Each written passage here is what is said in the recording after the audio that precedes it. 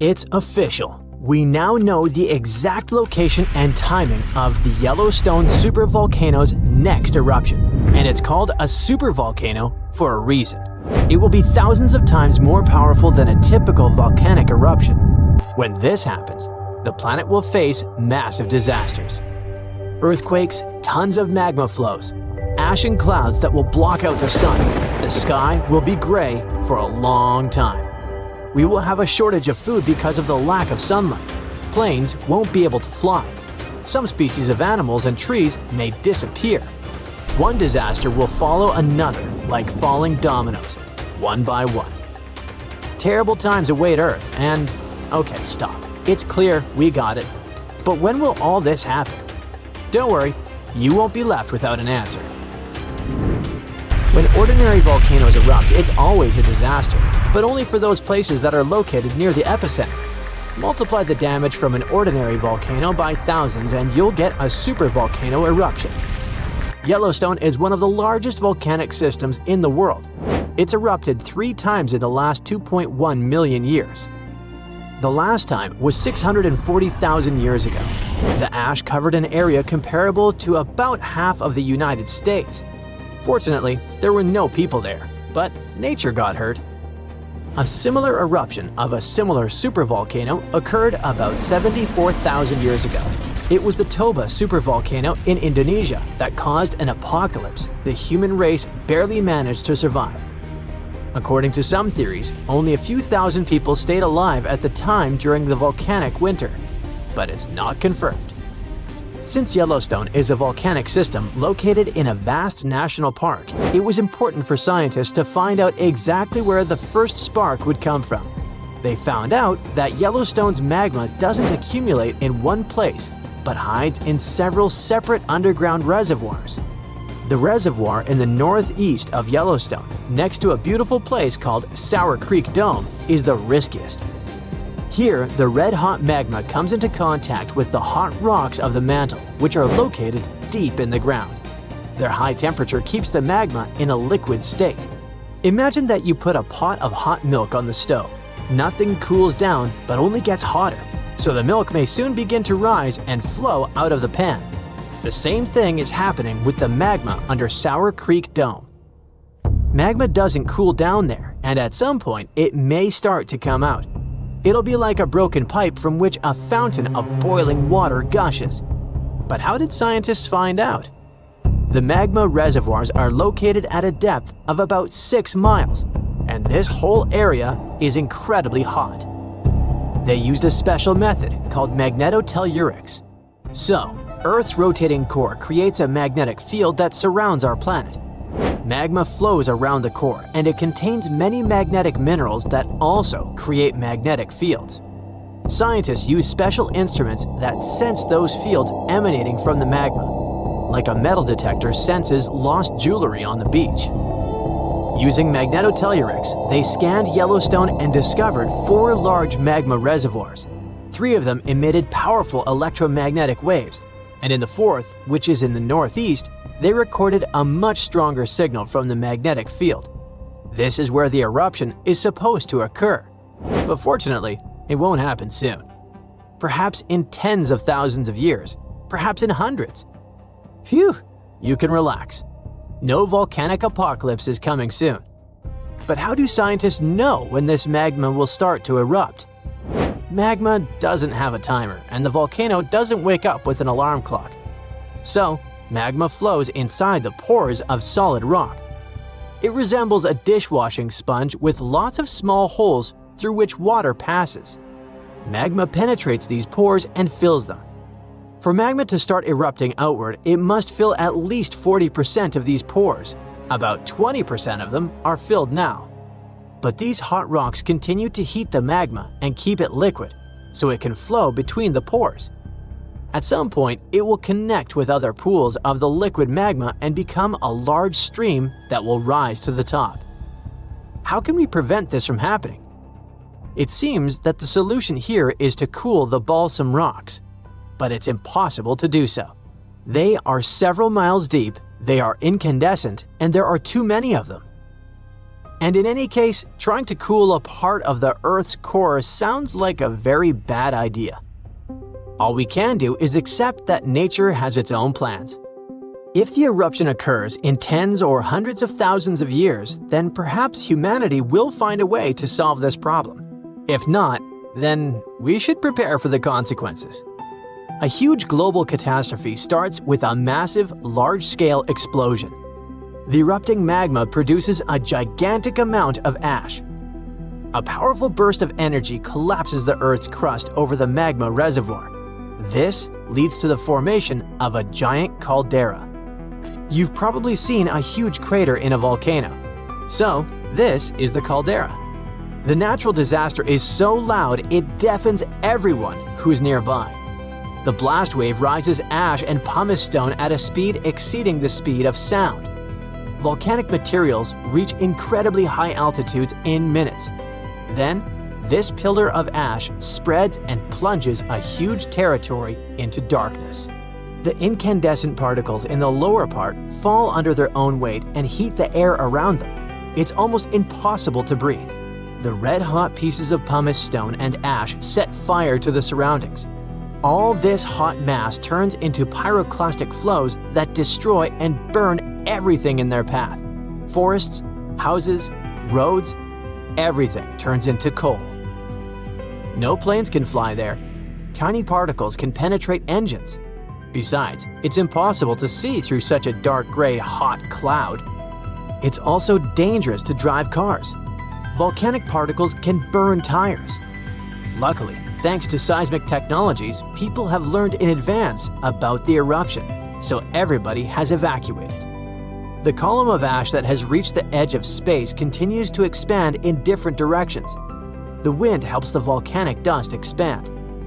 A giant umbrella-like cloud appears over the territory of Yellowstone. It's getting wider and wider and plunges a huge area into hot darkness. During the first 24 hours, ash falls on most of the United States and parts of Canada. It knocks out power lines, pollutes bodies of water, and destroys crops. Then, the rains begin. The water mixes with the ash and falls to the ground in the form of gray mud. And don't forget, it's also poisonous. The ash contains mercury, arsenic, and lead in large quantities. Such toxic masses poison rivers, lakes, land, and air. All this time, the volcano continues to erupt. The outbursts of magma, ash, and pumice can last for several weeks or even a month. And this is just the beginning. The ash soon begins to settle, but the sulfur dioxide released during the eruption spreads all over the atmosphere. This gas mixes with the atmospheric water vapor and forms an aerosol consisting of small particles. All this covers the planet like a veil. This cap makes it difficult for the sun's rays to pass through, which means it lowers the temperature of the Earth's surface. These events cause a sharp cooling of several degrees in the world. Farmers lose a huge amount of their crops. Food prices rise and economies collapse. There might be a famine all over the planet. Human civilization can plunge into chaos. In a few years, the temperature will start rising, but it will take at least a couple of decades to return to previous standards. What will become of humanity by that time? Of course, we will survive, but we'll have to rebuild our civilization. But don't be afraid. If nothing depends on us, let's just enjoy every day of life. Be grateful and help each other. Supporting and caring for each other even during the volcanic winter is a guarantee that humanity will survive. It was April 2025 when geologists went back to Yellowstone's Norris Geyser Basin for the first time this year. And while doing their usual check, they realized that something was different this time. Where there used to be just a boring patch of ground, now there was a giant hole, about 13 feet wide, filled with weird, milky, light blue water. Everyone was terrified. Was it the sign that the Yellowstone supervolcano was ready to erupt? If so, it would be a worldwide disaster, the kind that destroys cities. According to the U.S. Geological Survey, if such an eruption occurred, the after effects would be felt all over the world. To start, the areas immediately surrounding Yellowstone would experience pyroclastic flows. That's the lava that erupts out of a volcano, including a high-density mix of volcanic gas, ash, pumice, and hot lava blocks. Those flows would destroy everything they touch, and an eruption of Yellowstone would send them into Wyoming, Idaho, and Montana. Areas further away from Yellowstone would escape the flows, but they would experience falling ash. It would come down heavily in the states closest to the epicenter. The ash would be especially dangerous for anyone breathing it in. The weight of the ash would also pose a serious threat. It would smother crops and collapse buildings as it piles up. Tragic consequences would be countless, but we'll talk about them later, because soon after the discovery, the weird pit surprised even experts. Geologists found rocks scattered everywhere. Some were about a foot across, and all of them were dusted with gray mud. This mud matched the walls of the new spring. It was like the place had simply exploded, but nobody had actually seen it happen. The team checked old satellite images to figure out when it appeared. In December 2024, the ground was totally normal. By January 6, 2025, a little dip had formed. And by February 13th, that water-filled hole was finally there. But the weird thing was that the sensors that usually pick up major hydrothermal explosions didn't detect anything. There was no giant blast or warning signs. Later, it turned out that this puzzling opening in the ground hadn't just popped up in one huge explosion. Instead, it formed from a bunch of smaller bursts over time. Little explosions first threw out rocks, then mud, and eventually created the pit. With time, it filled with silica-rich water.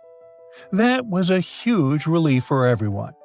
Yellowstone sits on a supervolcano, and its big explosions are a nightmare scenario. Luckily, this time, it was just a slow-building, small-scale explosion. It was dramatic, sure, but totally manageable. You see, Yellowstone National Park is full of geysers, hot springs, and all kinds of natural landscapes. But under the surface, things get incredibly intense, all because of the supervolcano. Now, supervolcanoes are often extremely large.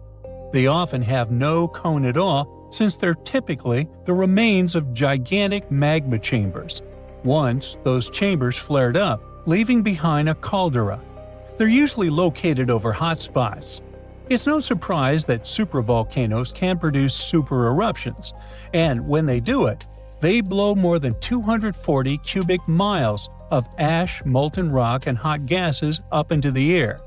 In other words, 4 super eruptions could fill the Grand Canyon to the brim. Supervolcanoes form when huge volumes of scorching hot magma escape from deep underground. This magma rises close to the surface but can't break through Earth's crust. So, a pressurized pool of bubbling magma gathers at a depth of only several miles. The pressure keeps growing because more and more magma is trying to get to the surface. And then, bang, a super eruption occurs. Now, back in 2015, researchers at the University of Utah mapped out the main magma chamber of the Yellowstone supervolcano and were shocked by its size. And then, they found another one below it. Together, these underground magma pools could hold enough molten rock to fill the Grand Canyon 11 times. All that magma pushes up on the ground above, which is why Yellowstone rises about an inch or two every year. That slow lift might not sound like much, but combine it with the fact that Yellowstone is still an active volcano and has a volcanic explosivity index of 8, and it's enough to make you wonder what could happen if things went south. And yes, Yellowstone has indeed been a bit jumpy in recent years. In March 2023, there were 354 earthquakes in the area. Most were tiny, but the biggest hit a magnitude 3.7, part of a swarm of 106 quakes. Now, before you freak out, experts from the Yellowstone Volcano Observatory say there's no need to panic. No eruption is coming anytime soon. Volcanoes don't stick to a schedule. Just because Yellowstone hasn't erupted in a long time doesn't mean it's about to blow. The park is stable for now, but scientists are keeping a close eye on everything underground, the quakes, the rising ground, and even temperature changes, just to be safe. The superhot plume of magma, a hotspot under Yellowstone, has been churning for 17 million years. The Earth's crust slowly moved over it, making the hotspot leave a trail of volcanoes stretching more than 450 miles along the Snake River Plain. Most of those ancient ones are now buried under layers of lava and sediment. In just the past 2.1 million years, Yellowstone has unleashed 3 cataclysmic eruptions, so massive they managed to reshape the land. Each explosion sent pyroclastic flows, rivers of searing hot rock, ash, and pumice racing outward for miles. The debris piled up in layers hundreds of feet thick, some forming solid lava-like rock. When those eruptions emptied the underground magma chambers, the roof collapsed, forming the massive calderas we see today. Even after those mega eruptions, Yellowstone didn't stop. Between 180,000 and 70,000 years ago, enormous rhyolite lava flows, sometimes over 144 cubic miles, poured out. Some flows followed north-south vent lines. The West Yellowstone flow erupted around 110,000 years ago. The Nez Perez Creek flow followed 160,000 years ago.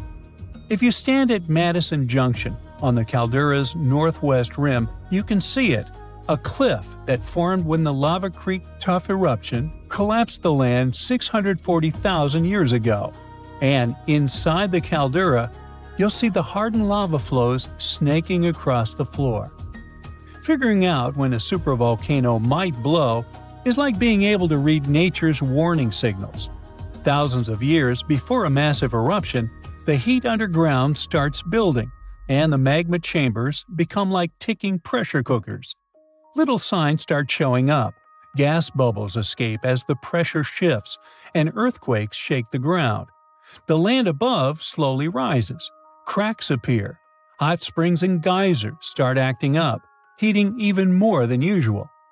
Now, what would happen if Yellowstone erupted? Remember those pyroclastic flows we talked about before? They can contain 2 parts: the lower flow of the hot lava that moves at ground level, and a cloud of ash that follows above the lava level. So the 2 of them would devastate huge areas. The ash would even reach Europe within 3 to 4 days of the eruption, but it wouldn't be so bad there. After that, it would only take around 2 to 3 weeks before cooler temperatures set in around the globe, all thanks to the sulfur gas that would get to the upper atmosphere after the eruption. Scientists predict that global temperatures would drop by up to 10 to 12 degrees. These consequences could last for 6 to 10 years, putting an end to monsoons, which could cause widespread famine in Asia. Scared? Well, don't be. The good news is that scientists don't believe that the sleeping giant under Yellowstone National Park will wake up in our lifetime.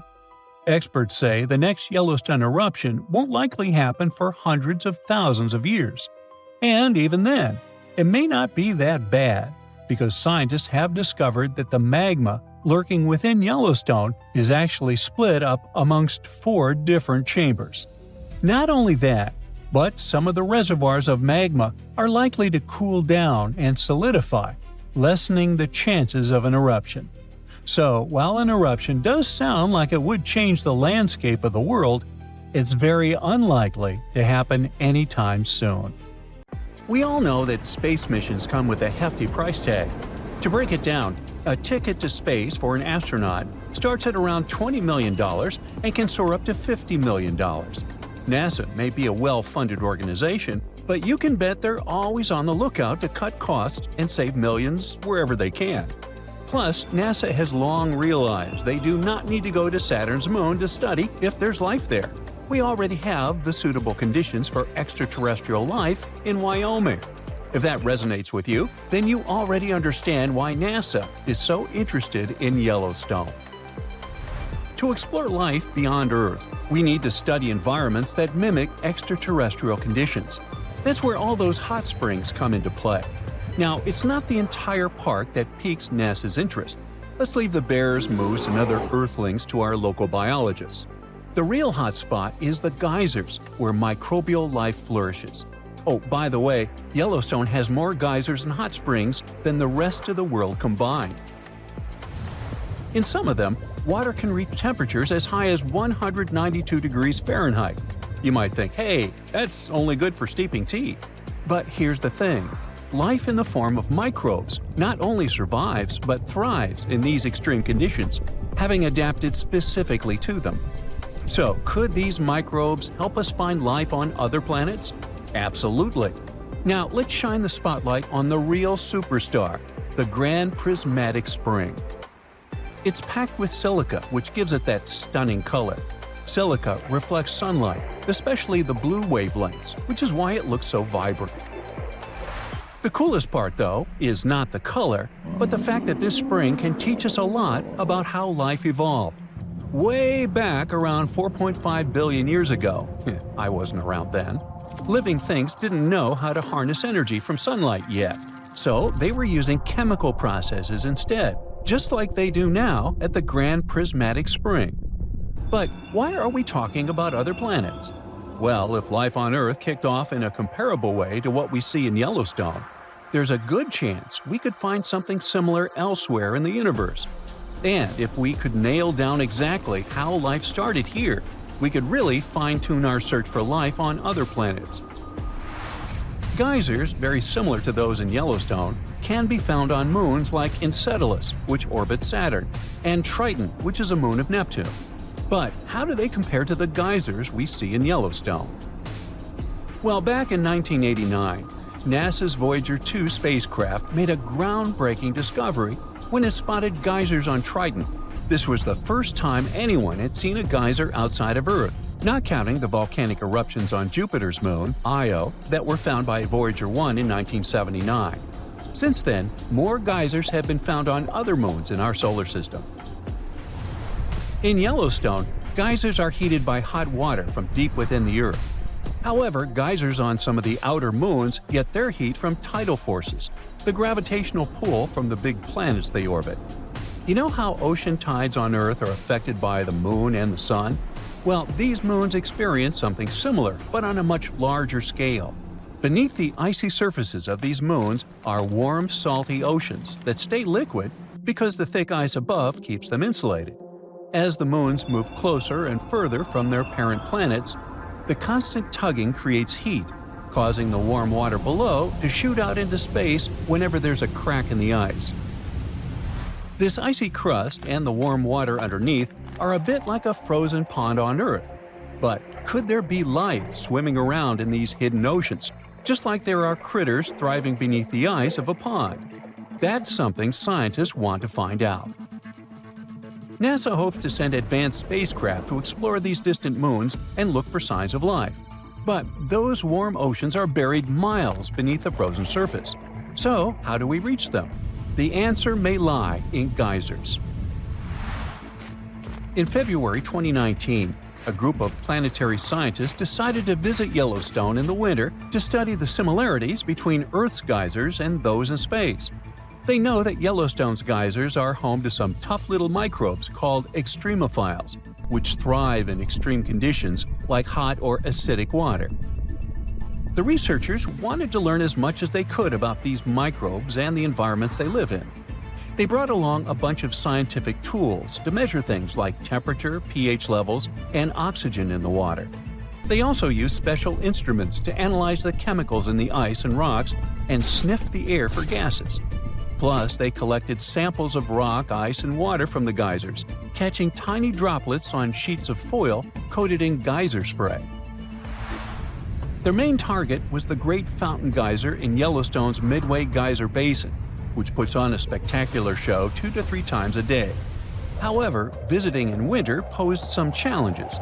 Some scientists were delayed by snowy weather, arriving late at night right before they were supposed to enter the park. Then their SUV got stuck in a snowdrift and had to be rescued by a snowplow. The next day, riding in a snow coach, the team had to trudge through deep snow for nearly a mile to reach the geyser, keeping an eye out for elk, bison, and even bears. As they made their way to the Great Fountain Geyser, they took breaks to gather samples and measurements from other interesting pools along the way, like Lemon Pool and Surprise Pool. Even though Yellowstone feels remote, it's not nearly as far away as places like Enceladus and Triton. It's a unique natural laboratory that can teach us a lot about life on Earth and potentially beyond. Oh, as for labs, the Great Prismatic Spring may count as one. Look at these guys. Under the microscope, they look like matches. Their official Latin name is Thermus aquaticus. They live in this hot spring, and these bacteria have saved millions of people's lives. Now, if you're skeptical about what I just said, then you need to know that these bacteria help to create the basis of PCR tests, widely used in today's medicine to give fast and precise diagnosis. Back in the 60s, a microbiologist named Thomas Brock was exploring the park's superheated thermal pools and stumbled upon something amazing. Brock was super interested in bacteria that could thrive in extreme conditions. During his 10-year journey studying geysers and thermal springs, he found a microbe in a spring called Mushroom Pool that could survive in nearly boiling water. This little guy, Thermus aquaticus, turned out to be a game changer for science. Why? Well, it's crucial for a technique called PCR, also known as polymerase chain reaction, which is used to quickly make copies of DNA samples. Before Brock's discovery, this process was tricky because the heat could damage the enzymes that hold DNA together. But thanks to Thermus aquaticus, scientists could now heat and cool DNA samples without breaking them down, making everything faster and easier. It all happened because researchers had purified an enzyme called tag polymerase out of this organism. Those Yellowstone microbes could also be your new go-to for a delicious and sustainable breakfast. A unique microbe was discovered there during some NASA-funded research, and it's now being transformed into tasty vegan breakfast patties and cream cheese. Originally found in a hot spring, this little wonder is called Fusarium strange flavolapsus, and it caught the attention of space enthusiasts as a powerful protein source for long space missions. Plus, it requires way less water and land than beef, making it a smart choice for the planet. Researchers initially looked at this microbe for biofuel, but soon realized it could be cultivated into a complete protein with a texture reminiscent of chicken. Marked as FY, it can be turned into a variety of food products, all thanks to a fermentation process that keeps it free from contaminants. Oh, almost forgot. NASA is even working on a bioreactor to grow FY in space. Ooh, stay tuned.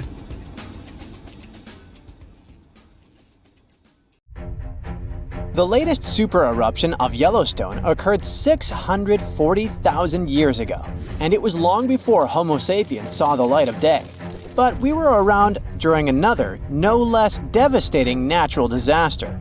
This super eruption took place on the island of Sumatra around 74,000 years ago. That's when an erupting supervolcano wreaked havoc on huge territories, sending up plumes of debris and ash that spread for thousands of miles and caused temperatures on the planet to plummet. The effects of this super eruption were visible as far away as southern Africa. Experts believe they could have impacted early humans there. By the time the volcano erupted, our ancestors had already been using stone tools and had likely known how to produce yarn. And some specialists even think that the Toba super eruption was so powerful it could push our ancestors to the brink of extinction. They claim that Toba might be the largest volcanic eruption to occur on Earth within the last 2 million years. The eruption disgorged so much pyroclastic rock it would be enough to cover the entire United States to the depth of a one-story house. About a third of that deposit piled up on northern Sumatra, while a lot more ended up beneath the floor of the Indian Ocean. The super eruption left an elliptical crater lake around 60 miles long. The caldera is so large it's hard to feel that you're indeed in a volcano. Pumice deposits from the eruption remain in the canyon walls and go deep below the ground. There aren't many arguments about the amount of pumice and ash involved in this disaster. At the same time, experts aren't sure how much sulfur ended up in the atmosphere. Even some sulfur layers in the polar ice could be potential candidates, but so far, scientists haven't found any connection between them and Toba. But let's get back to the dramatic impact the super eruption had on early humans. It turns out some not only survived but even thrived after this natural catastrophe, at least judging by the artifacts they made during and after the eruption. The disaster might not have posed a serious threat to those of our ancestors who took refuge along the coast. Genetic evidence hints that modern humans descend from a few thousand people that ventured out of Africa around 60,000 years ago. Why just a few thousand? According to some experts, the rest of our ancestors could have been devastated by the Toba eruption. After all, the supervolcano spewed out 1,000 cubic miles of dust and rock in a flash, leaving a scar in the ground that was dozens of miles wide. All that dust and sulfur Toba sent into the atmosphere potentially cooled the surface of our planet, which led to the appearance of glaciers and the lowering of Earth's sea levels. And since Toba might have had an important role in shaping humankind, scientists have been working hard trying to understand precisely how early humans reacted to this disaster. In 2011, several researchers found an enigmatic soil sample in South Africa's Pinnacle Point, an archaeological site overlooking the Indian Ocean. This sample contained some volcanic ash. After examining the layer, they found more than 400,000 artifacts left by early humans. Those ranged from heat-treated stone tools to signs of fire and animal bones. Based on this finding, the team suggested that early humans on the South African coast thrived after the eruption, living in that area for thousands of years and improving their tools. The region might have served as a refuge during and after the Toba eruption. A 2009 study suggested that the eruption could have lowered global temperatures by 14 degrees Fahrenheit. It would have made survival tough elsewhere in Africa. If there had been a volcanic winter, it wouldn't have been as cold along the coastline.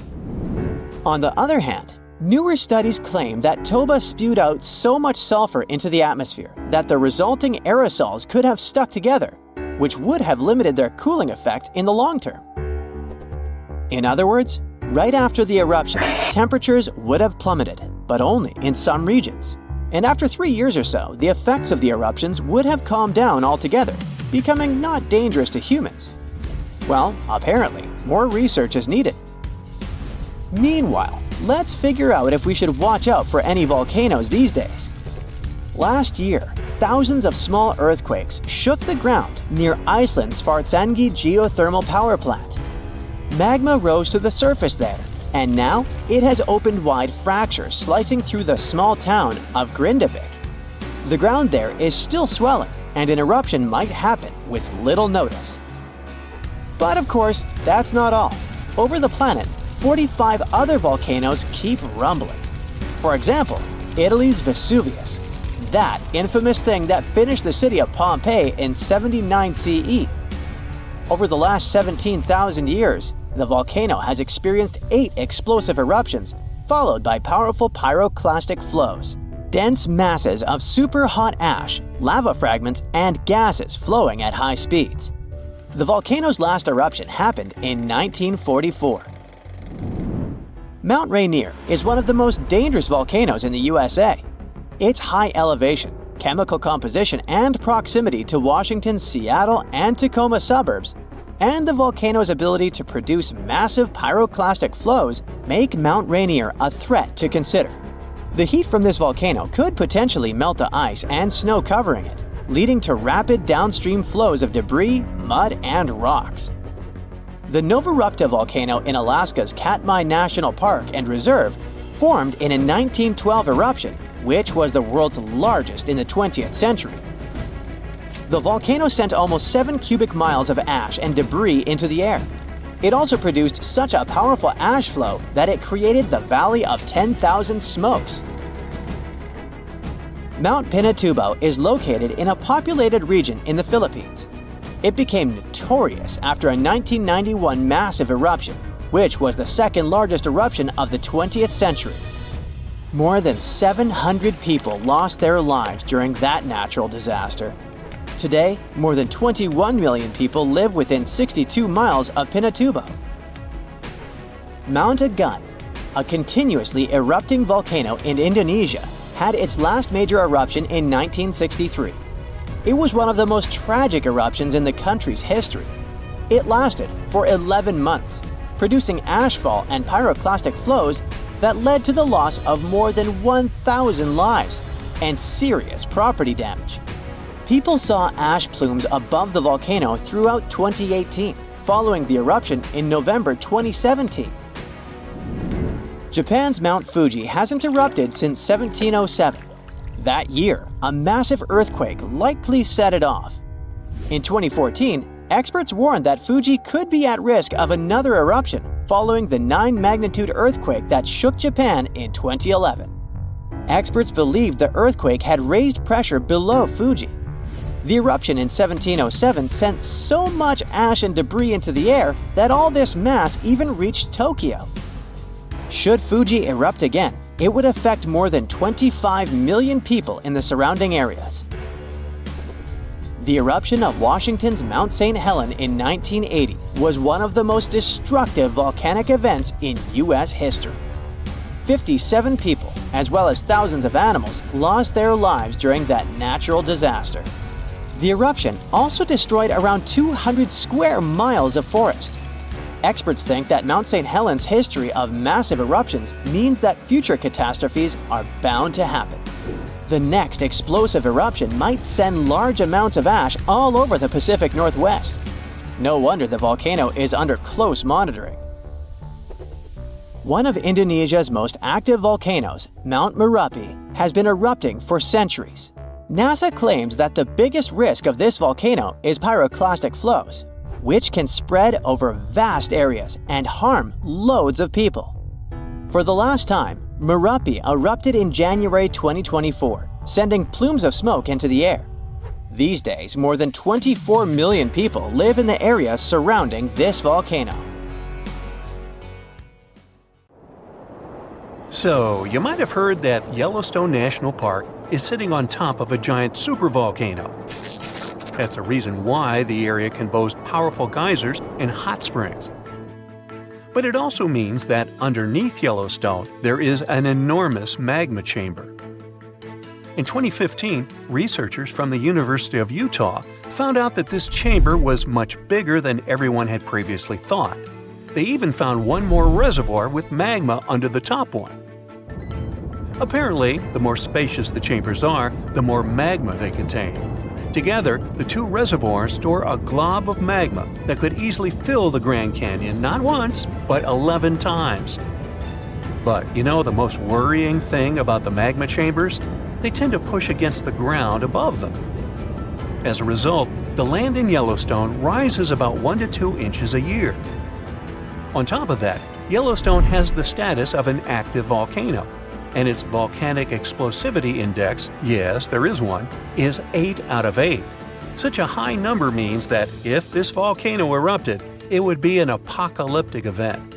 To put it into perspective, the eruption of Pinatubo in the Philippines in 1991, which is considered the most powerful in living memory, was given a mere 6 on the volcanic explosivity index. Ha, loser. Now, let's figure out if there's anything to worry about. In March 2023, the University of Utah seismograph stations recorded 354 earthquakes in the entire region of Yellowstone National Park. Sounds like a lot. But keep in mind that the most impressive event of the month was a mini earthquake of magnitude 3.7. It was part of a swarm of 106 earthquakes that began on March 29th and continued until the end of the month. Yep, earthquakes apparently also come in swarms, so be aware. Experts say that Yellowstone's seismic activity is, well, kind of more active than usual, but it's really nothing serious. A geophysicist working at Yellowstone Volcano Observatory called Michael Pollan claims that the volcano won't erupt anytime soon. For this to happen, there must be enough magma ready to erupt beneath the surface. Whew. There should also be enough pressure to cause this magma to rise.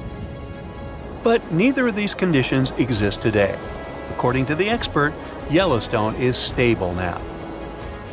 At the same time, Poland and his team are keeping track of all kinds of underground activity, looking for warning signs of possible eruptions.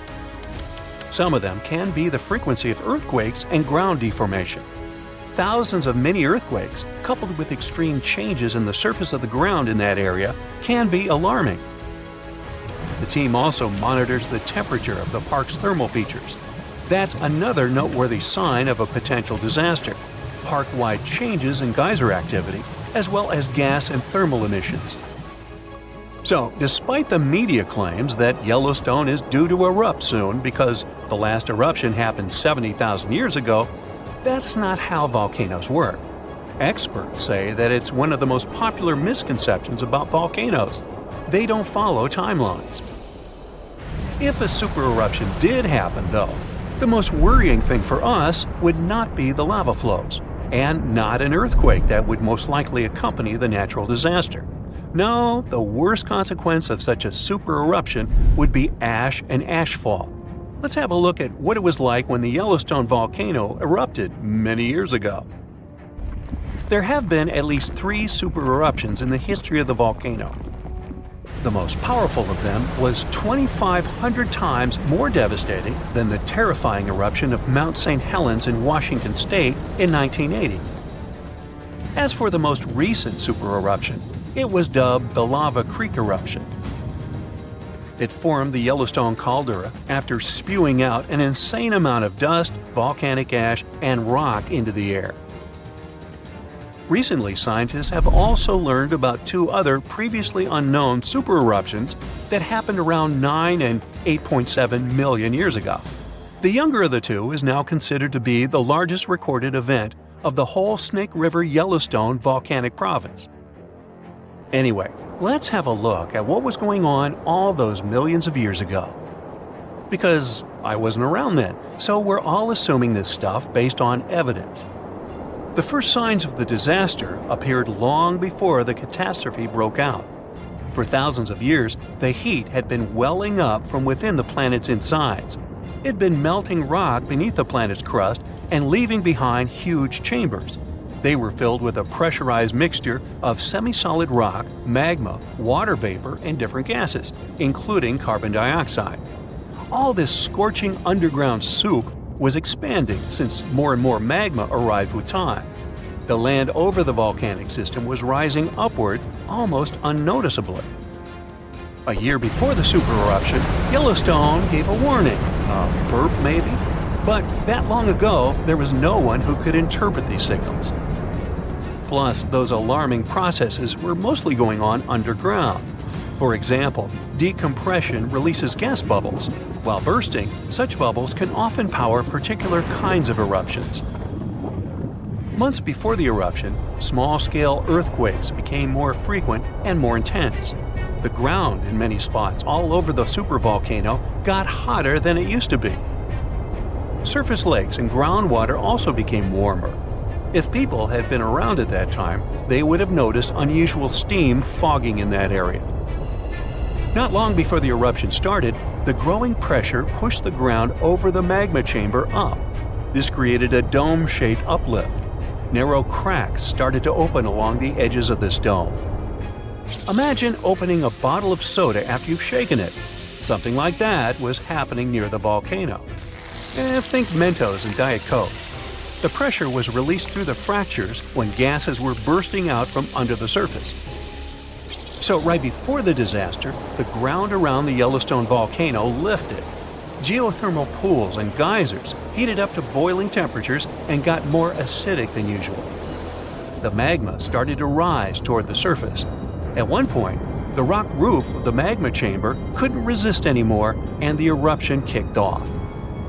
Small but constant tremors began to move the ground days before the catastrophe. But the real shaking didn't start until several minutes before the eruption. With a deafening roar, a massive column of lava and ash hurled up into the air. Within several minutes, a pyroclastic flow rushed across the area at a hurricane-force speed. Such a flow is a liquid mixture of half-solid lava pieces, volcanic ash, and hot expanding gases. It looked like an extremely hot toxic snow avalanche. With a temperature of about 1300 degrees, it was burning everything in its path.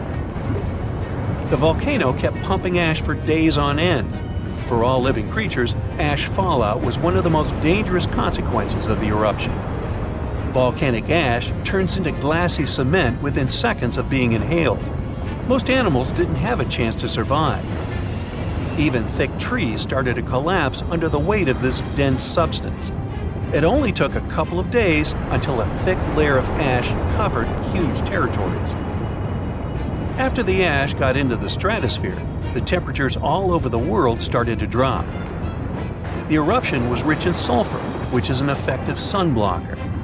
That's why it soon got so cold that there was no summer in the whole world for the next several years. Animals couldn't find food and clean water. This natural disaster, called the Gray's Landing supereruption, was colossal. That's how researchers described it in their recent studies. It affected a huge territory.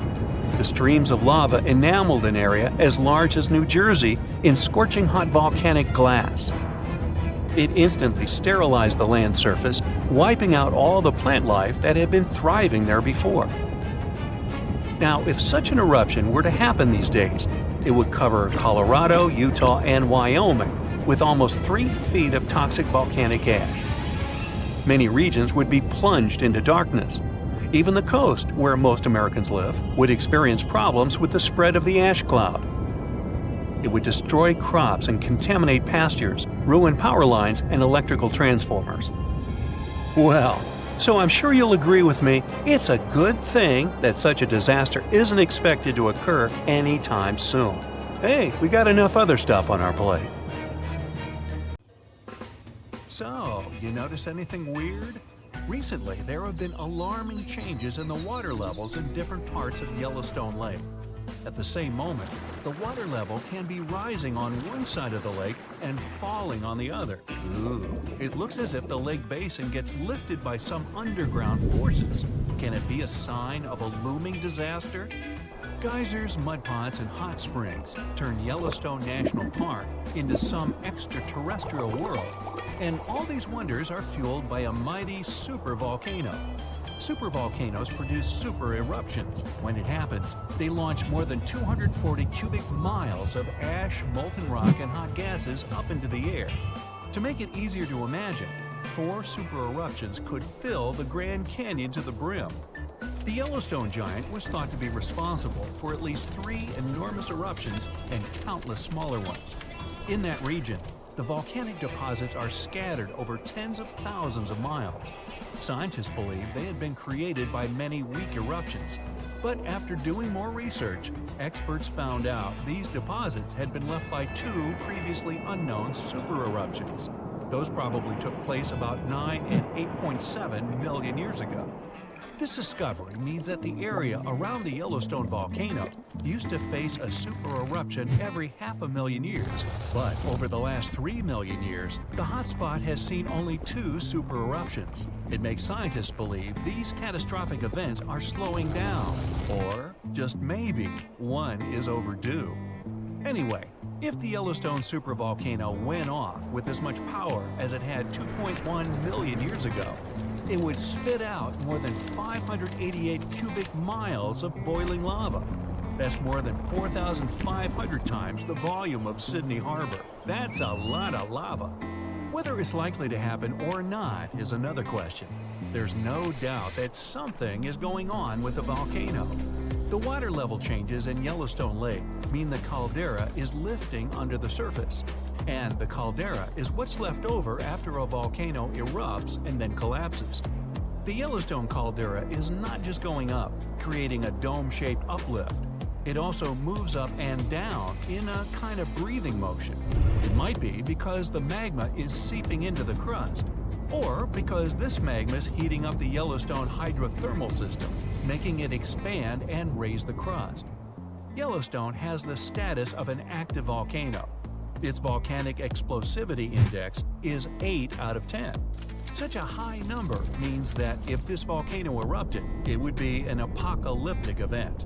Right before the disaster, the ground around the national park would lift. Geothermal pools and geysers would heat up to boiling temperatures and get more acidic than usual. The magma would start to rise toward the surface. At some point, the rock roof of the magma chamber wouldn't be able to resist anymore, and the explosion would kick off. A massive column of lava and ash would shoot up to a height of over 16 miles. After that, the volcano would keep pumping ash for days on end.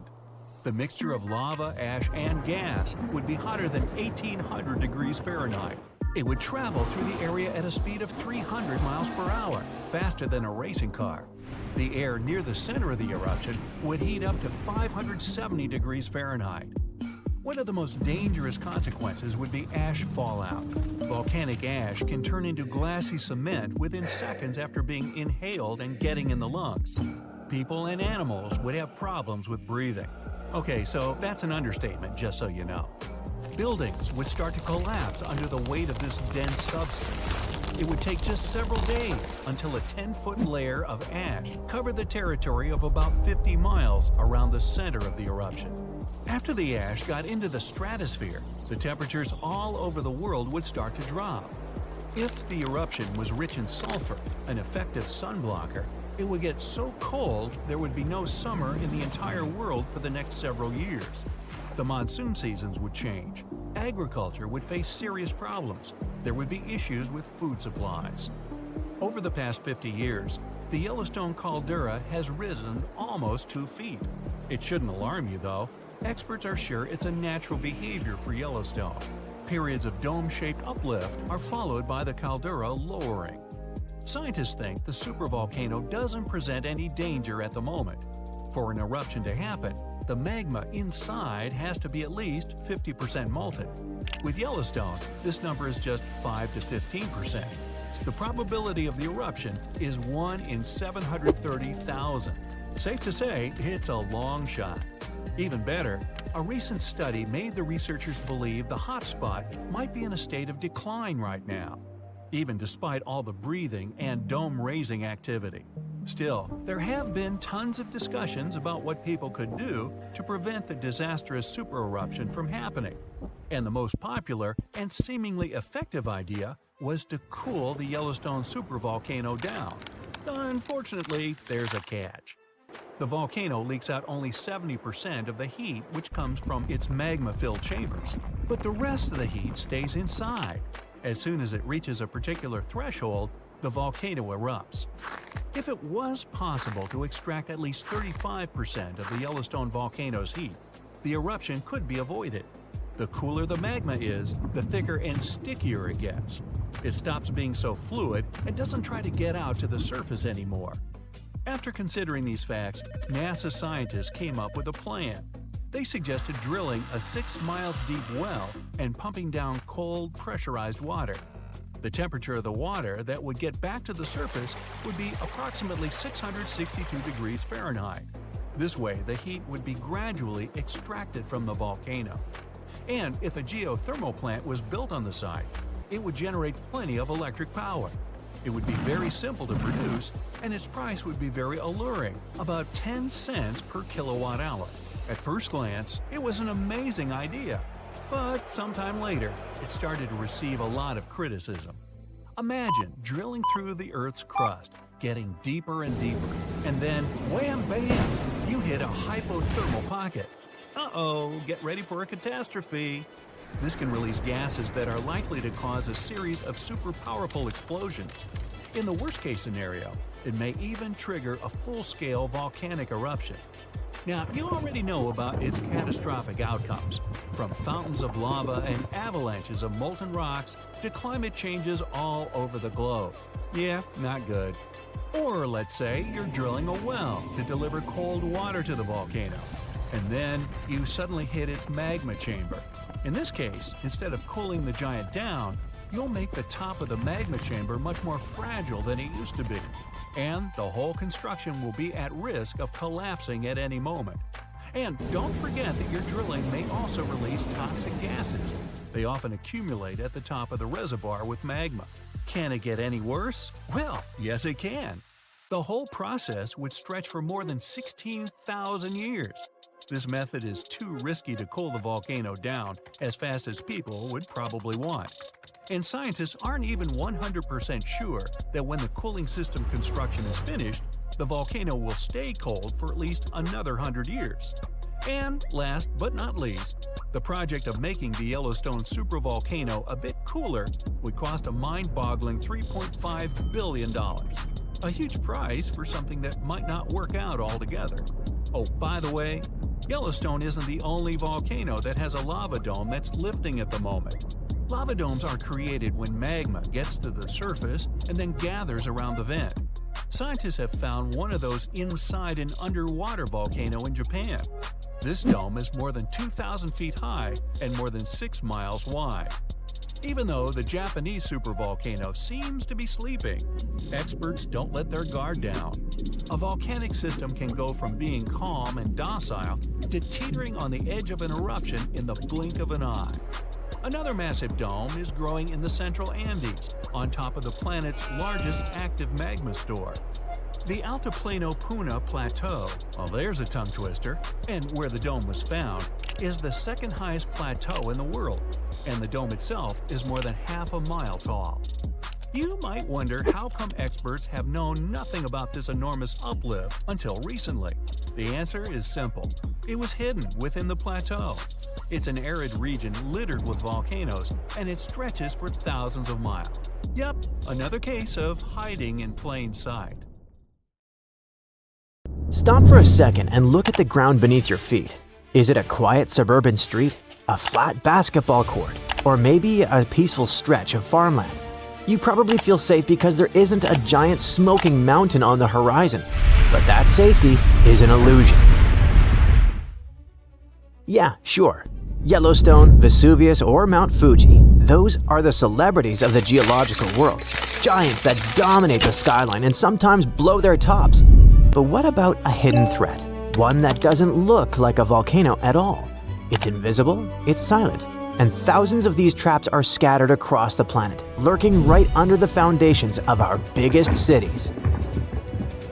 Scientists call them monogenetic volcanic fields. To the untrained eye, they don't look like volcanoes at all. They disguise themselves as innocent hills, flat plains, or just lovely lakes. For decades, they were mainly ignored because of their small size. But new data suggests these hidden systems are far more dangerous than previously thought. And unlike the big giants that give weeks of warning rumbles, these invisible volcanoes specialize in surprise attacks. Hold tight. To understand the danger, we have to look at the plumbing. A standard volcano acts like a simple chimney. There is a central magma chamber and a main pipe leading to the surface. Eruption after eruption, lava flows out the same vent, building a massive cone over thousands of years. Monogenetic fields break all these rules. They don't build mountains. They don't reuse the same pipe. Instead of a chimney, imagine a cracked windshield. Magma deep underground scans for any weakness in the crust over a massive area. It pushes up, cracks the surface, erupts once, usually violently, and then calms down forever. The next time magma rises, it won't use that old vent. It will find a new crack 5 miles away, or 10. This means you can't just monitor one specific mountain. The entire region is a danger zone. And because each volcano is a one-and-done event, the landscape is deceptive. You could drive past the site of a violent ancient explosion every day on your way to work and simply see a grassy knoll. The scary part is the speed. In these fields, magma can rocket from 30 miles down to the surface in less than 24 hours. It moves at a speed of up to 4 miles per hour. That sounds slow for a car, but for melting rocks, that is the speed of an elevator. This isn't just a theoretical problem for empty deserts. Take Auckland, New Zealand. It's a stunning modern city with beautiful harbors and over 1 million residents. But Auckland is built directly on top of a geological minefield. Sounds a bit crazy, right? Beneath rugby stadiums, parks, and busy intersections lies the Auckland Volcanic Field. Those scenic green hills scattered across the city aren't just landscaping. They're the remains of over 53 separate volcanic eruptions. Rangitoto Island, which sits just offshore, emerged from the ocean only 600 years ago. In geological time, that was 5 minutes ago. For years, this field was considered sleepy, but recently, scientists have started noticing subtle changes. The terrifying reality of a field like this isn't that a volcano we already know will erupt again. It's that a new one can pop up and go from zero to a disaster in the blink of an eye. A bubble of magma could rise silently beneath a factory, a highway interchange, or a residential neighborhood. There is no designated safe zone because the threat is spread across the entire city map.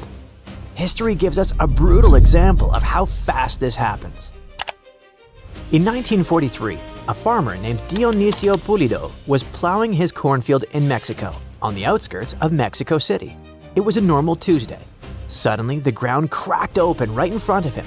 Smoke hissed out, smelling of rotten eggs. Within 24 hours, that small crack in a flat field had transformed into a raging volcano 160 feet tall. Within a week, it stood 500 feet high. This was the birth of Paricutin. It wiped out 2 entire towns, leaving only the stone steeple of a church poking out of the hardened lava, a haunting monument that still stands today. This geological nightmare started in a simple cornfield, and it wasn't an isolated incident. Look at the Harat Rahat field in Saudi Arabia. In 1256, a massive fissure opened up near the city of Medina. It spewed lava for 52 days, creating a river of fire 14 miles long. Today, that same volcanic field is still there, and modern Medina has expanded right on top of the ancient lava flows. Now, apply that same story to a suburb of Los Angeles, a district in Tokyo, or a neighborhood in Europe. In a matter of days, an entire city can be buried under ash. The risk is global, ranging from over 1,800 vents in the American Southwest to the restless Eifel region in Germany and similar fields in China. Experts warn that the real risk here isn't size, but frequency and location. These volcanoes tend to be explosive. When magma rises rapidly and hits groundwater, which is common under cities and fertile farmland, it flashes into steam. This creates a phreatomagnetic explosion. Instead of a slow, oozing river of lava that people can walk away from, the ground acts like a shotgun blast. It sends a massive column of ash and rock shooting into the atmosphere.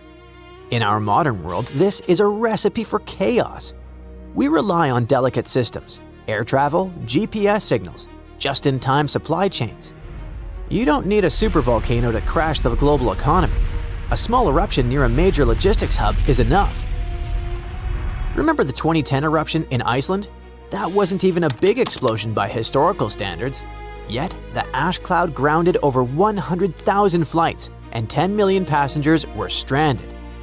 Volcanic ash melts inside jet engines, while toxic dust poisons crops and contaminates water reservoirs with heavy metals. It creates a domino effect. One small eruption in the wrong place triggers a cascading failure of global infrastructure. And the most alarming part is that the signals are already there. Recent geological studies have shown an uptick in activity in these distributed fields. It isn't always violent earthquakes. Often, it's Bradyseism, the slow rhythmic breathing of the ground. We mentioned the Eifel region of Germany, where GPS data shows the land is rising by about 0.04 inches per year. It sounds tiny, but for geologists, that is a proper red flag. Scientists are detecting slight swells in the Earth's crust and weird spikes in carbon dioxide emissions in places that should be quiet.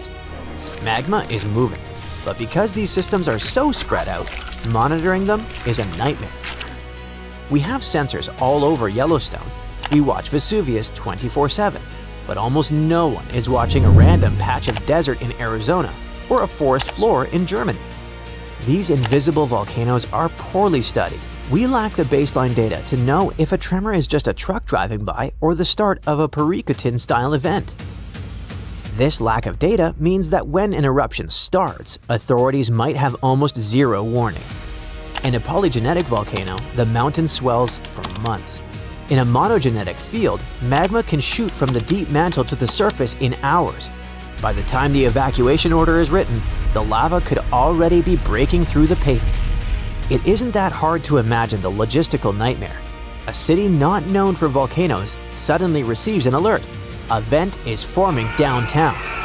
It sounds impossible. People delay leaving. They grab their phones to film the smoke.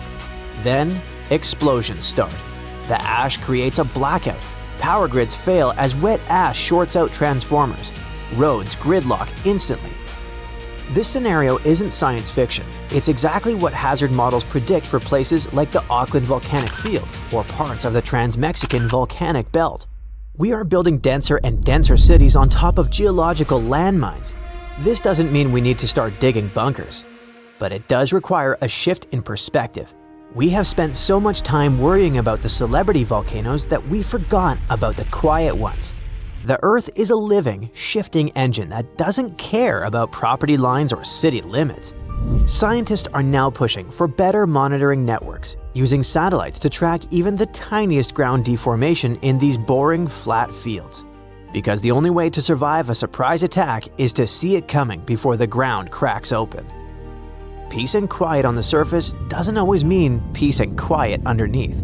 The Earth has plenty of secrets left, and some of them are just waiting for the right moment to surface. You're in Italy, perfect sun, perfect pizza, but enjoying that view? It might be a fatal mistake. That peace is a total illusion. Literally a few miles beneath your sneakers, the Earth isn't just sleeping, it's taking a deep, nervous breath. And I mean it. Geologists are sweating right now because this hidden process isn't just happening, it's accelerating fast.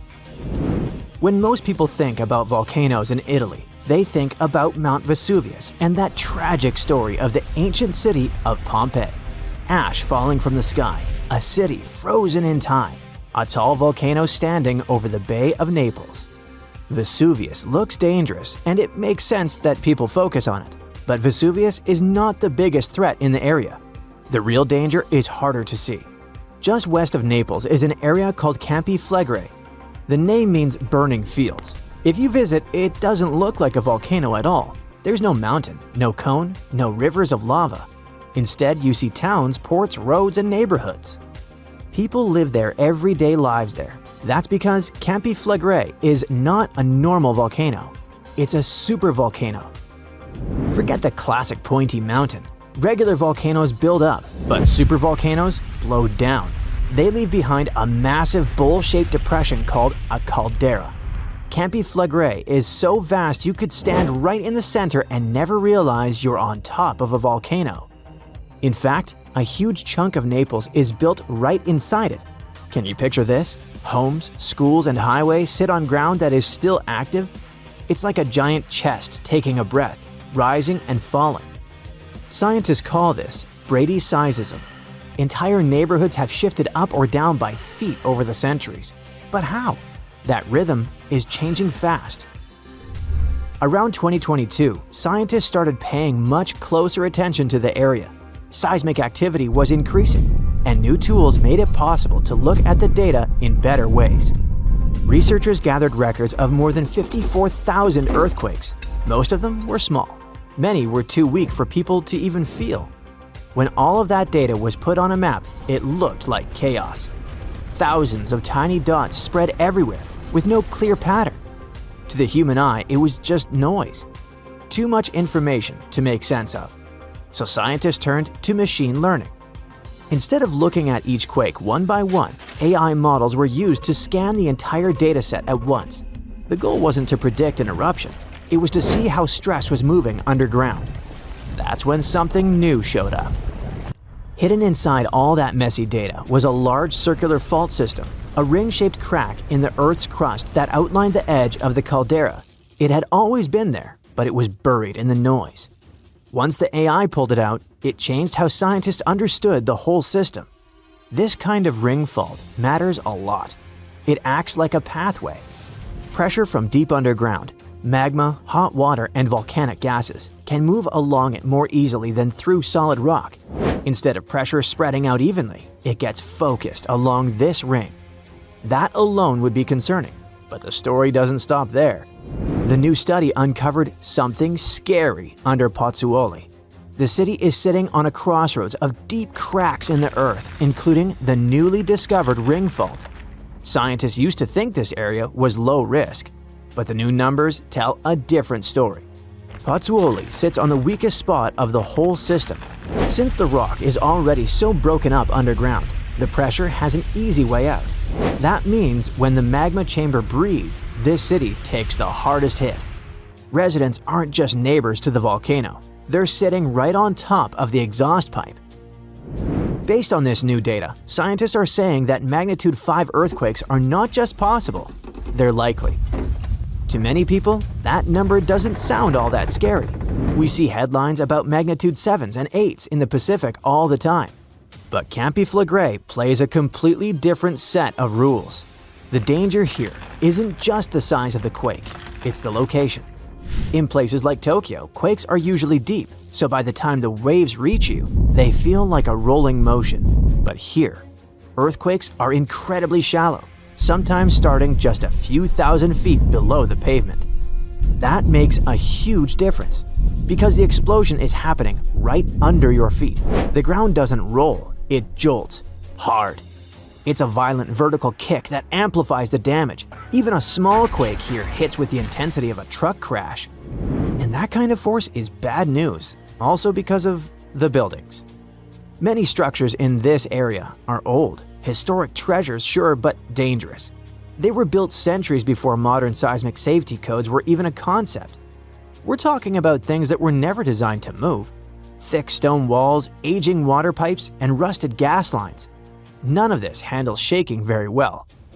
Modern steel bends. These old stones just crack. All of this destruction is driven by a phenomenon called Bradyseism. Think of it as a massive hydraulic system operating deep underground. Miles below the surface, a volatile mix of magma, superheated fluids, and volcanic gases are constantly trapped. Over time, that cocktail builds up immense pressure. As the pressure grows, it pushes against the crust, literally lifting the ground and the entire city upward. When the gas escapes or the pressure drops, the ground sinks back down. It's a slow, relentless cycle of rising and falling. And this isn't just a scientific theory. We have clear physical proof. In Pozzuoli, there's an ancient Roman building called the Temple of Serapis. Its stone columns are marked with holes made by sea creatures that only live underwater. Those holes show that the building once sank below sea level and stayed there for a long time. Later, it rose back up again.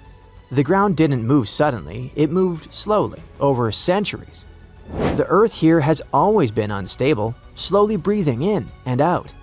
What scares scientists today is how fast the movement is happening now. Since April 2025, the ground has pushed up 0.6 inches every single month. That doesn't sound like much, but in geology, that's fast. Over a year, it adds up to nearly 7 inches. Buildings are not designed to move like that. As the ground lifts, foundations get stressed, pipes stretch, roads bend. At the same time, the ring fault is being pulled tighter and tighter. Systems under stress don't always fail slowly. Sometimes they break all at once. It wouldn't take a huge event to push things over the edge. A small shift in magma, a sudden release of gas. Something like that could trigger stronger earthquakes. If that scenario plays out, we're not talking about some cracked plaster or a few broken windows. It hits the panic button for the entire red zone. And let's be real, evacuating Naples isn't just hard. It's a logistical nightmare straight out of a disaster movie. We're talking about a critical red zone holding 500,000 people, from Pozzuoli to western Naples, who would have to evacuate the second the alarm sounded. And right next door is the yellow zone, where another 800,000 residents are sitting directly in the path of choking volcanic ash. These are narrow, winding, ancient streets built for donkeys and carts, not for 500,000 panic-stricken people trying to leave at the same time. It's a recipe for absolute gridlock. We're talking bumper-to-bumper traffic where nobody moves an inch. Then there's the money. The economic hit would be staggering. Overnight, one of the most vibrant places on Earth turns into a ghost town. No tourism, shops boarded up, businesses wiped out. The ripple effect wouldn't stop at the Italian border, it would hit the whole European economy. Now, sure, this isn't ancient Pompeii. We have satellites and smartphones. We aren't totally blind. So hey, apparently, there's absolutely no need to be worried, right? Frankenstein, unreasonably cold weather, and tons of lava. What do these things have in common? They all trace their origins back to Mount Tambora. This volcano in Indonesia had such a massive impact that the aftermath could be felt in Switzerland even a year later. And these spots are thousands of miles apart. Soon, we might be facing something similar again. Stick around because I'm about to reveal the exact spot where the next eruption is expected to happen in 2025. Back in 1815, Mount Tambora erupted with unprecedented force, sending a colossal cloud of fine particles into the atmosphere. This cloud reflected sunlight, leading to global cooling and even the year without a summer in 1816. Temperatures plummeted, crops failed, and families worldwide faced food shortages, compounded by various health issues. Fun fact: Frankenstein appeared because of abnormally cold weather in the summer of 1816. The author got stuck indoors in Switzerland and wrote this story to pass the time. But that is the only positive aftermath. In England and Ireland, people struggled to find food. The crops were too bad that year, and this year without summer cost them lives, all because of the eruption in Indonesia. While many other volcanoes have erupted since then, none have had consequences as dramatic as Tambora. However, climate professor Marcus Stoffel from the University of Geneva believes potential serious eruptions aren't just a matter of luck, it's only a matter of time. So it's up to us. We can sit back and wait for the inevitable, or we can start preparing today. This future eruption will happen in a world that's vastly different from the one in 1815. Not only is our planet more densely populated now, but we've also experienced irreversible changes that affect our daily lives. Now, if you think volcanoes are always the bad guys, think again. They've actually played a crucial role in shaping our planet. They help with land formation, atmospheric development, and climate modulation. Just look at Yellowstone, for example. When thick lava oozed to the surface, it spread across the landscape and transformed the area forever. When volcanoes blow their tops, they release a mix of lava, ash, and gases, including carbon dioxide. But don't worry, compared to the emissions from fossil fuels, the amount from volcanoes is pretty tiny. What scientists are really keeping an eye on is sulfur dioxide, because it can have a big impact on our climate. When a major volcanic eruption happens, it can send sulfur dioxide soaring into the stratosphere, which is about 7 miles up in the atmosphere. Once there, it transforms into tiny aerosol particles that scatter sunlight, helping to cool the planet. This cooling effect isn't immediate though. Those particles can hang around for a couple of years and even circulate all around the globe. Nowadays, we've got special equipment to monitor sulfur dioxide emissions from space. Take Mount Pinatubo in the Philippines. During its eruption in 1991, it released around 15 million tons of sulfur dioxide. Now, while that's a lot, it wasn't quite as massive as the eruption of Tambora. Still, Pinatubo managed to lower global temperatures by about 0.5 degrees Celsius for several years. Tambora, on the other hand, dropped average global temperatures by about 1 degree Fahrenheit. I know what you might be thinking. That's not much, but trust me, it makes a difference. If the planet warms up by just 1 degree Fahrenheit, it could really mess with sea levels. Experts think we might see a rise of up to 8 inches by the end of this century. This could wipe out a lot of farmland and coastal habitats, which would be a huge blow to many communities. So maybe a volcano eruption that can cool off the planet is like a natural mechanism helping us out? Not exactly. While it does cool the planet off, don't get tricked into thinking it's the kind of coolness our planet needs. Such temperature shifts can severely mess up with the crops, like they did in 1816. There's also evidence that major eruptions can disrupt rainfall patterns, leading to drier conditions in monsoon regions across Africa and Asia. You see, the summer monsoon relies on the temperature difference between land and ocean, which can be altered by volcanic activity. Interestingly, a warmer climate may enhance the cooling effects of volcanic eruptions. Experts explain that the formation and movement of aerosol particles depend on climate conditions. As global temperatures rise, faster air circulation can lead to smaller aerosol particles, which are more effective at scattering sunlight and thereby intensifying the cooling effect. Oceans also contribute to this dynamic. A warming ocean surface creates a stratified layer, hindering the mixing of warm and cold water, which could mean that volcanic eruptions primarily cool the upper ocean layer and the atmosphere above it, according to Stoffel. Moreover, climate change may influence volcanic systems directly.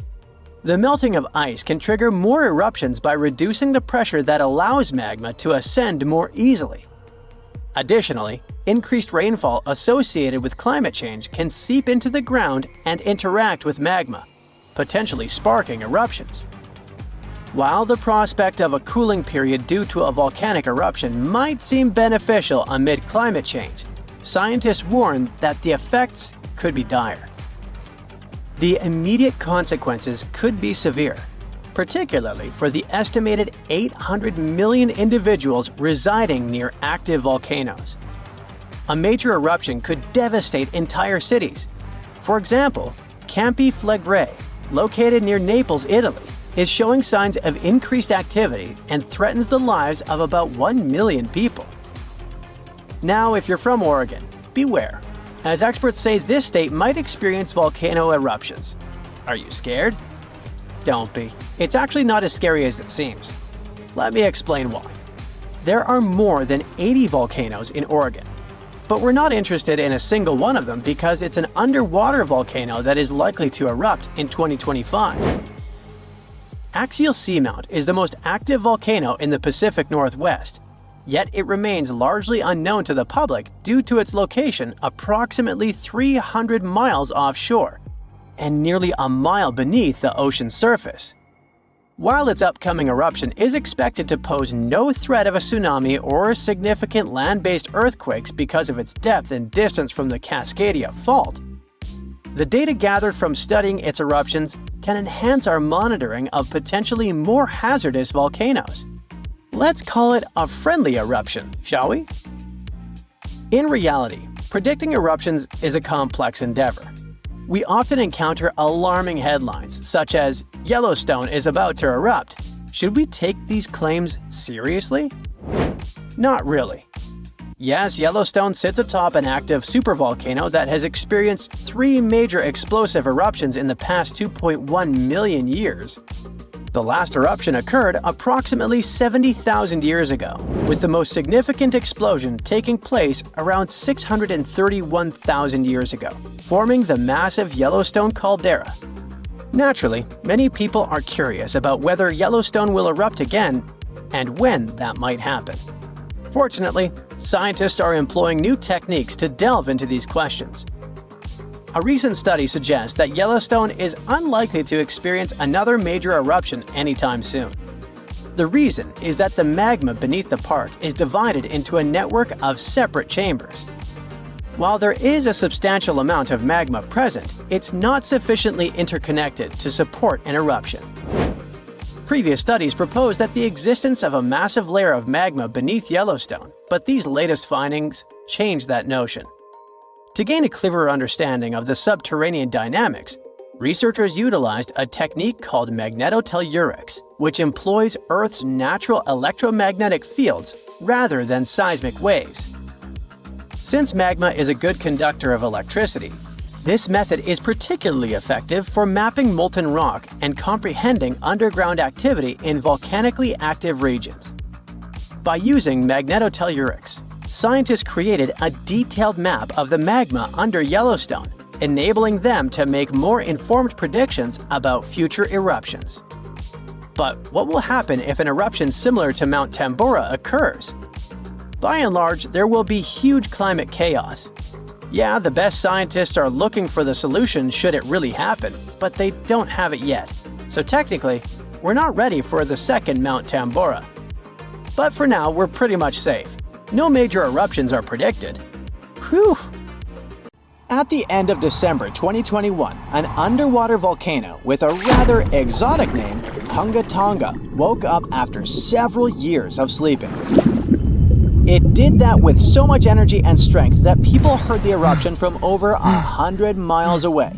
Then it went back to sleep. But a couple of weeks later, it woke up again with a force 7 times greater than the first time. It broke the island above it in 2 parts. The lightning storm that started because of the eruption was the most intense in recorded history. The sound waves from the eruption traveled around the planet several times. Someone even heard a loud boom from it in Alaska. And it started the first known mega tsunami since ancient times. This tsunami took the lives of 2 people as far as Peru and caused trouble for 2 fishermen in California. But that's not all. This eruption could change the weather patterns on Earth for years. You may see the first proof in the summer of 2024, which is forecast to become much wetter than usual. Scientists believe the eruption was caused by gas building up to a critical point. Different minerals, including anhydrite quartz and sulfides, were building up for several months until they blocked the flow paths and sealed the gas within Hunga Tonga. Normally, when a volcano erupts, the fumes cause a temporary cooling effect on Earth's surface. But Hunga Tonga's eruption was different. It didn't produce much fumes, but released a massive amount of water vapor, roughly equal to 60,000 Olympic swimming pools. The intense heat of the eruption turned huge amounts of seawater into steam, which then blasted high into the atmosphere. All that water vapor ended up in the stratosphere, a layer of the atmosphere that's too dry to form clouds or rain. Scientists don't have any observations of volcanic eruptions like Hunga Tonga to predict its effects on our weather patterns. They can't tell exactly how long these effects might last either. This is because the only way to measure stratospheric water vapor is with satellites, which have only been around since 1979, and there hasn't been an eruption similar to Hunga Tonga in that time. Experts from different countries started analyzing satellite data right after the Hunga Tonga eruption. They wanted to find out how long water vapor would stay in the stratosphere, where it would go, and, most importantly, what this would mean for the planet. The first big result of the eruption, at least partially, was a huge hole in the stratosphere that was hanging on for several months in 2023. By the time it appeared, the water vapor had reached the polar stratosphere over Antarctica. In the following years, there wouldn't be enough water vapor left to enlarge this hole. It looks like Hunga Tonga will have just a minimal effect on global average temperatures. But there are some surprising, lasting regional impacts. One of the scientific models forecasts colder and wetter winters for northern Australia until about 2029. In North America, it predicts warmer winters, and Scandinavia could have even colder winters. This is just one study though, and one approach to understanding how the eruption of Hunga Tonga can change our weather. We do have at least one example from history when a volcano eruption changed the world. Over 2 centuries ago, in 1815, Mount Tambora erupted and caused the year without a summer. In the following year, the winter was unusually cold and wet weather across Europe and North America. A recent study confirms that 1816 wouldn't have been this cold without the volcanic eruption. The immediate effects of the eruption were catastrophic, with tsunamis destroying homes, claiming 10,000 lives, and 80,000 more who fell ill in the aftermath. The eruption of Mount Tambora was one of the strongest in the last 1,000 years. It had ejected an enormous amount of sulfur dioxide into the stratosphere, which quickly spread across the world. It resulted in the coldest year in at least the last 250 years. In May, frost wiped out most of the crops in New York, Massachusetts, New Hampshire, and Vermont. By June, heavy snow covered the ground in Albany, New York, and Dennisville, Maine, and New Jersey had 5 straight nights of frost. The cold continued into late summer, which should have been the harvest season. In July, lakes and rivers were still frozen as far south as northwestern Pennsylvania, and frost stayed in Virginia until late August. Temperatures would drop from above normal summer highs to near freezing within just a few hours. The weather was completely unpredictable. Prices of food skyrocketed. The cost of oats for horses, which were the main mode of transportation, also rose sharply. Some people believe this situation inspired Carl Drees to invent the bicycle in 1817 as an alternative transportation method. Tambora changed weather patterns completely for not just 1, but 3 years. The whole planet got colder, and as crops failed, probably at least 1 million people starved. Scientists don't have solid evidence of volcano eruptions that have taken more lives than Tambora. But the Krakatoa eruption in Indonesia in 1883 is far more famous than Tambora because information about it spread worldwide via telegrams and photos. Its final blast was the loudest recorded sound in history, and people could hear it on 10% of the entire Earth's surface. The eruption started a tsunami with waves about half as tall as the Statue of Liberty. Still, it was less powerful than Tambora's eruption. The island that once hosted Krakatoa disappeared in the eruption, but new eruptions began less than 50 years later and created the Child of Krakatau cone in the center of the caldera of the old eruption. The new volcano still comes to life from time to time. Mount Vesuvius's eruption, which took down Pompeii, is one of the most well-known volcanic disasters in history. It took around 2,000 lives, much fewer than Tambora. According to a famous Roman author of that time, the eruption lasted 18 hours. Pompeii was covered by a layer of ash and pumice that was thicker than twice an average human height. The nearby coastline also changed dramatically. In today's world, the after effects of volcanic eruptions are often more dangerous than the eruption themselves. Thanks to advances in technology, we can now predict volcanic eruptions more accurately and use safety measures like evacuations and flight cancellations. But there's still a lot of risk that changes in weather patterns and drought all over the world, especially in areas like India, East Asia, and East Africa that are affected by monsoons. Volcano eruptions can also have effects you wouldn't probably expect, like the evolution of dinosaurs. These guys were once the size of cats, waiting for their time to shine. It came around 230 million years ago. This time is known as the Carnian pluvial episode. Before it, Pangaea was a dry and arid supercontinent. But then, there were 4 major volcanic events that pumped huge amounts of carbon dioxide into the atmosphere. Global temperatures and humidity spiked because of it. These massive eruptions most likely happened because of the Wrangellia Large Igneous Province eruption in what is now British Columbia and Alaska. This prolonged volcanic activity created the right conditions for dinosaurs to blossom and diversify, and also for the rise of other groups, like modern conifers, ferns, crocodiles, turtles, insects, and early mammals. With higher temperatures and more rainfall, terrestrial plants have evolved, and humidity-loving ones have become dominant. Without those changes in the world, we could have a completely different natural history. There's some solid proof that volcanic activity has really changed the weather patterns back then. Scientists have found layers in the Earth's core that show different types of carbon. It means there were 4 massive releases of carbon dioxide into the atmosphere. The data on mercury and carbon together shows that the spike in mercury levels was thanks to a major volcanic event that affected the global carbon cycle and not just local eruptions.